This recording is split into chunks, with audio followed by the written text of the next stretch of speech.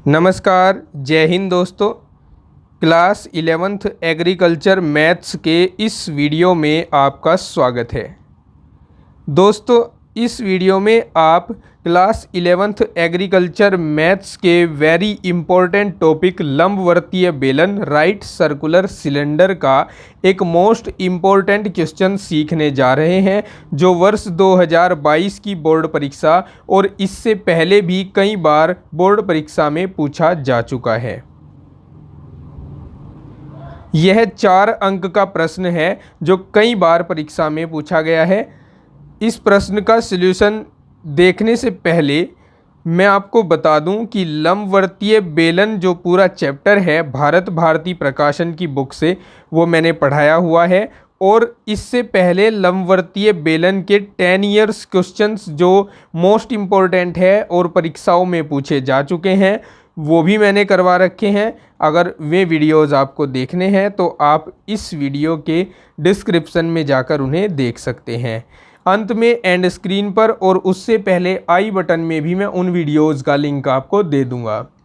चलिए अब बिना देरी किए इस वीडियो में आगे बढ़ते हैं।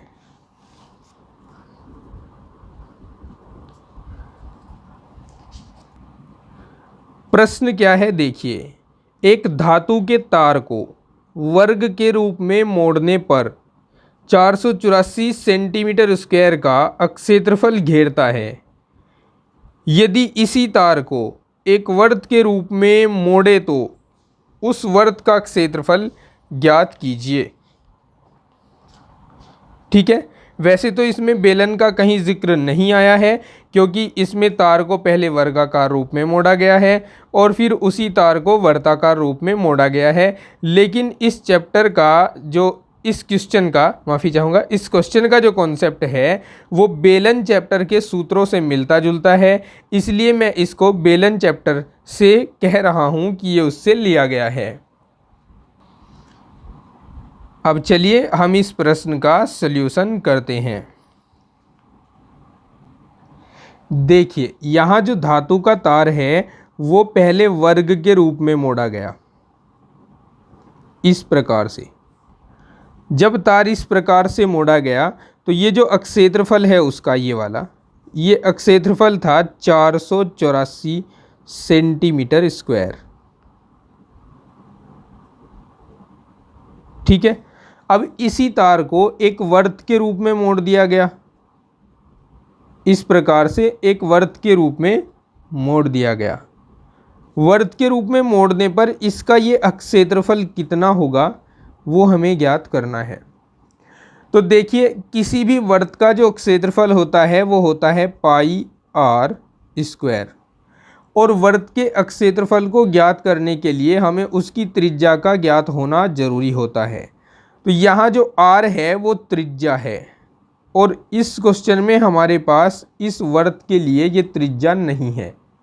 तो ये त्रिज्या सबसे पहले हम ज्ञात करेंगे किसकी सहायता से, इस वर्ग की सहायता से। देखिए, ये जो तार है ना, ये जो मोड़कर वर्ग बनाया गया था, इसी को अब सर्कुलर मोड़कर ये वृत्त बनाया गया है। तो इसका मतलब कि इस वर्ग का जो परिमाप है वही इस वृत्त का भी परिमाप है। ठीक है, इस वर्ग का जो भी परिमाप है वही इस वृत्त का भी परिमाप है, अर्थात परिधि है। और वृत्त की परिधि की बात करें तो परिधि होती है 2 पाई आर। इसको क्या बोलते हैं, परिधि बोलते हैं या परिमाप बोलते हैं। और वर्ग का जो परिमाप होता है वो होता है 4 गुणा भुजा। ठीक है, इसको हम किसका परिमाप कहते हैं, वर्ग का परिमाप। अब यहाँ पहले हमें वर्ग का परिमाप पता होना चाहिए, उसके परिमाप को हम इस वृत्त की परिधि के बराबर रख देंगे और यहाँ से r का वैल्यू फाइंड कर लेंगे। लेकिन इससे पहले हमें इस वर्ग की भुजा भी तो ज्ञात होनी चाहिए, और हमें वर्ग की भुजा नहीं दी है, हमें दिया है क्षेत्रफल। तो मैं आपको बता दूं, वर्ग का जो क्षेत्रफल होता है वो होता है भुजा गुणा भुजा या फिर भुजा की घात 2 होता है। ठीक है, और ये हमें दिया है 484 के इक्वल। ओके, अब हम क्या करते हैं कि इस 484 को भी हम वर्गमूल के रूप में लिख दें। यानी 484 हमें ये देखना होगा कि ये किसका वर्ग होता है।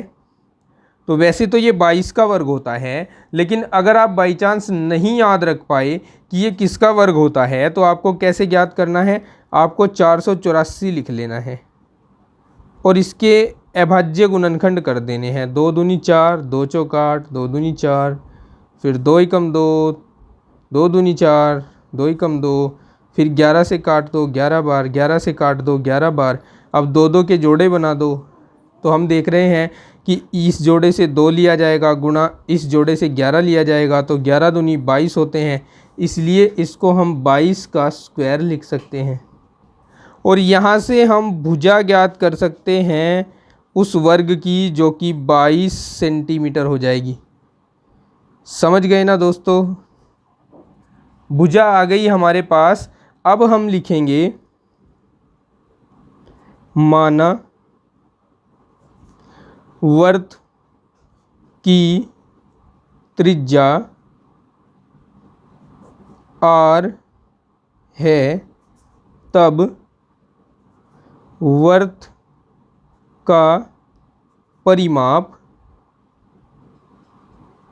बराबर वर्ग का परिमाप, परिमाप दोनों के बराबर होंगे।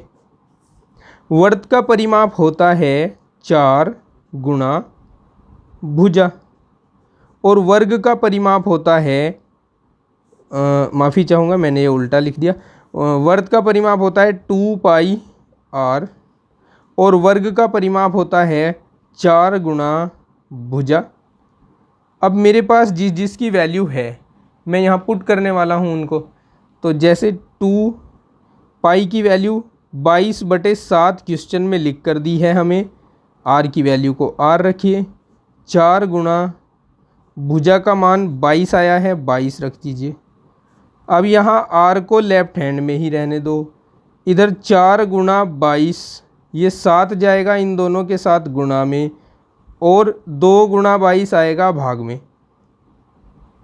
22 से 22 कटेगा, 2 से 4 कटकर 2 आएगा, और अब हम 7 और 2 की गुणा करा दे तो r का मान आएगा 14।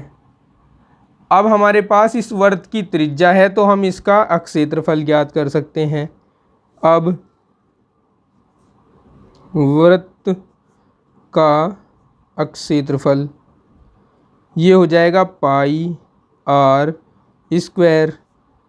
तो इसको हम पाई की वैल्यू 22/7 रखने को बोला है तो 22/7 रखेंगे, गुणा 14 की घात 2 22/7।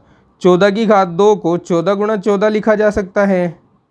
7 से इस 14 को काट कर 2 आ जाएगा। अब इन सब की गुणा करवा लेते हैं। गुणा कराते हैं, 22 दूनी 44, 14 चौका 56, 14 चौका 56 और 5 61, 616 सेंटीमीटर स्क्वायर। ये आ जाएगा इसका आंसर।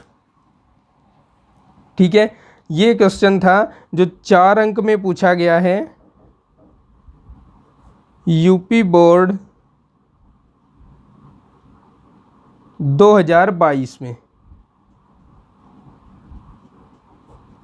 अगर आपको इसके 1-1 नंबर वाले, 2-2 नंबर वाले और 4-4 नंबर वाले और भी क्वेश्चन जानने हैं जो पिछले सालों से 10 सालों में पूछे जा चुके हैं, तो आप स्क्रीन पर देख रहे होंगे एक वीडियो, एक प्लेलिस्ट।